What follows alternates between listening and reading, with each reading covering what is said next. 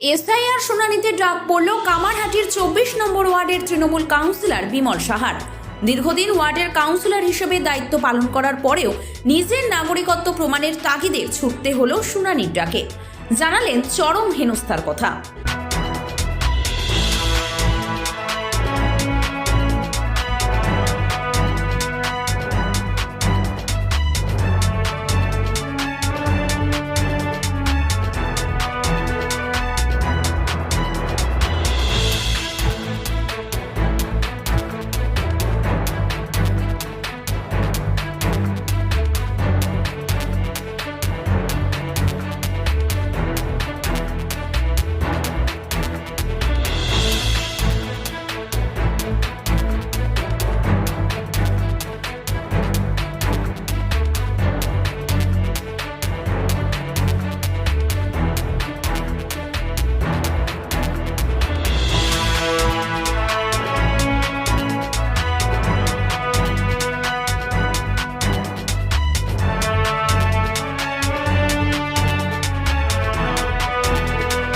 দেখুন, হিয়ারিংয়ে ডাকলো যেটা হচ্ছে, আমি প্রথমে যেটা আমি দেখেছিলাম, আমার 2002 সালে ভোটার লিস্টে নাম নেই, অথচ 2000 সালে আমি তৃণমূল কংগ্রেসের 11 নম্বর ওয়ার্ডে প্রার্থী ছিলাম।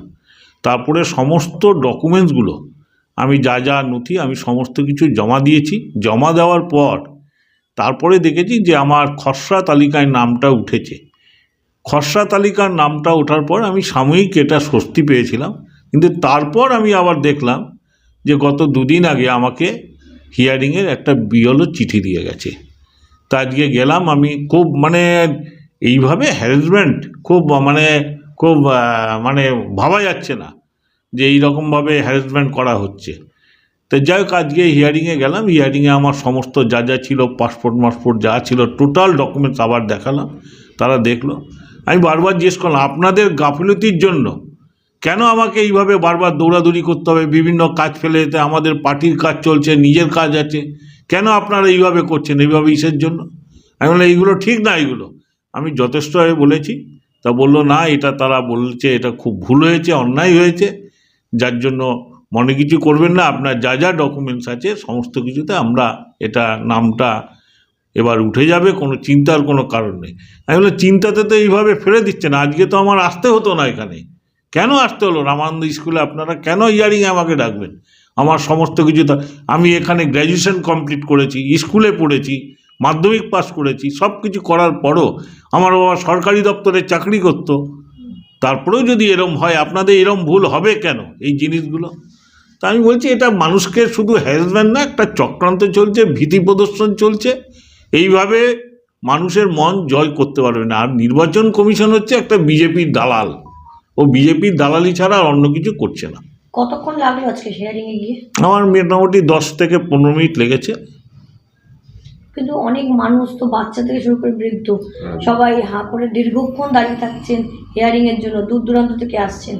হেনস্থার পর হেনস্থা হচ্ছে। আপনি কাউন্সিলর হিসেবে হেনস্থার শিকার হলেন, সাধারণ মানুষ তো তাহলে আরোই ভয় পাচ্ছে। আমি তো সেটাই আমি বললাম, যদি আমার মতো মানুষ, 2বারের কাউন্সিলর আমি, তারপরেও যদি এরম অবস্থা হয়, সাধারণ মানুষের অবস্থা কি হবে?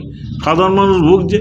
তবে আমরা পরিষ্কার বলছি যে যাদের যে এখানে সমস্ত কিছু ডকুমেন্টস থাকা সত্ত্বেও যাদের ভোটার লিস্টে নাম নেই বা বাদ দিয়ে দিচ্ছে, আমরা কিন্তু শেষ দেখে ছাড়বো, এবং একটা নামও আমরা কিন্তু বাদ দিতে দেবো না। যারা জেনুইন ভোটার তাদের ভোট রাখতেই হবে। কেমন ছিল পরিষেবা? ওখানে যেরকম থাকে সিস্টেম অনুযায়ী ওখানটা ছিল, প্রচণ্ড লাইন ছিল। আমি একজনকে বলে রেখেছিলাম, আমি কিন্তু ওই বেলাইনে আমি ঢুকিনি, আমি লাইন দিয়েই ঢুকেছি। একজনকে রেখেছিলাম, লাইনটা ঠিক সে রেখে দিয়েছিল আমার জন্য, নিজে লাইনে দাঁড়িয়ে, সেই লাইনটা আমি দাঁড়িয়ে আমি লাইনের মাধ্যমে আমি গেছি। কি মনে হচ্ছে এবার, কি একটু স্বস্তি মিলছে? একটু একটু মিলছে না। এদের তো কখন কি এই তো আমি তো খসড়া তালিকায় বেরিয়েছিল, আমি তো সাময়িক স্বস্তি পেয়েছিলাম, যে আনন্দও পেয়েছিলাম ভীষণভাবে, কিন্তু তারপরে যতক্ষণ না নাম উঠছে আমি আতঙ্কের মধ্যেই রয়েছি। যে কোনো সামাজিক অনুষ্ঠানের জন্য প্রস্তুত হালিশহর তেঁতুলতলায় অবস্থিত লোকনাথ ব্যাংকোয়েট, যেখানে প্রতিটি অনুষ্ঠান পায় রাজকীয় রূপ। বৈবাহিক থেকে জন্মদিন কিংবা যে কোনো রকমের পার্টি, কর্পোরেট বা সামাজিক অনুষ্ঠানের জন্য সুসজ্জিত এসি হলের সাথে খোলামেলা ওপেন স্পেস পরিপূর্ণতা দেবে আপনার আয়োজনকে। আধুনিক আলো, শব্দ এবং আলাদা প্রস্তুত কক্ষের সাথে থাকছে নিজস্ব পার্কিংয়ের পর্যাপ্ত ব্যবস্থা এবং আপনার পছন্দের ক্যাটারিং বা ডেকোরেটর আনা সম্পূর্ণ স্বাধীনতা। সাথে জীবনের বিশেষ দিনটিকে করুন আরও বিশেষ লোকনাথ ব্যাংকোয়েটের খোলামেলা পরিবেশে। লোকনাথ ব্যাংকোয়েট, ঘোষপাড়া রোড, তেঁতুলতলা মোড়, হালিশহর।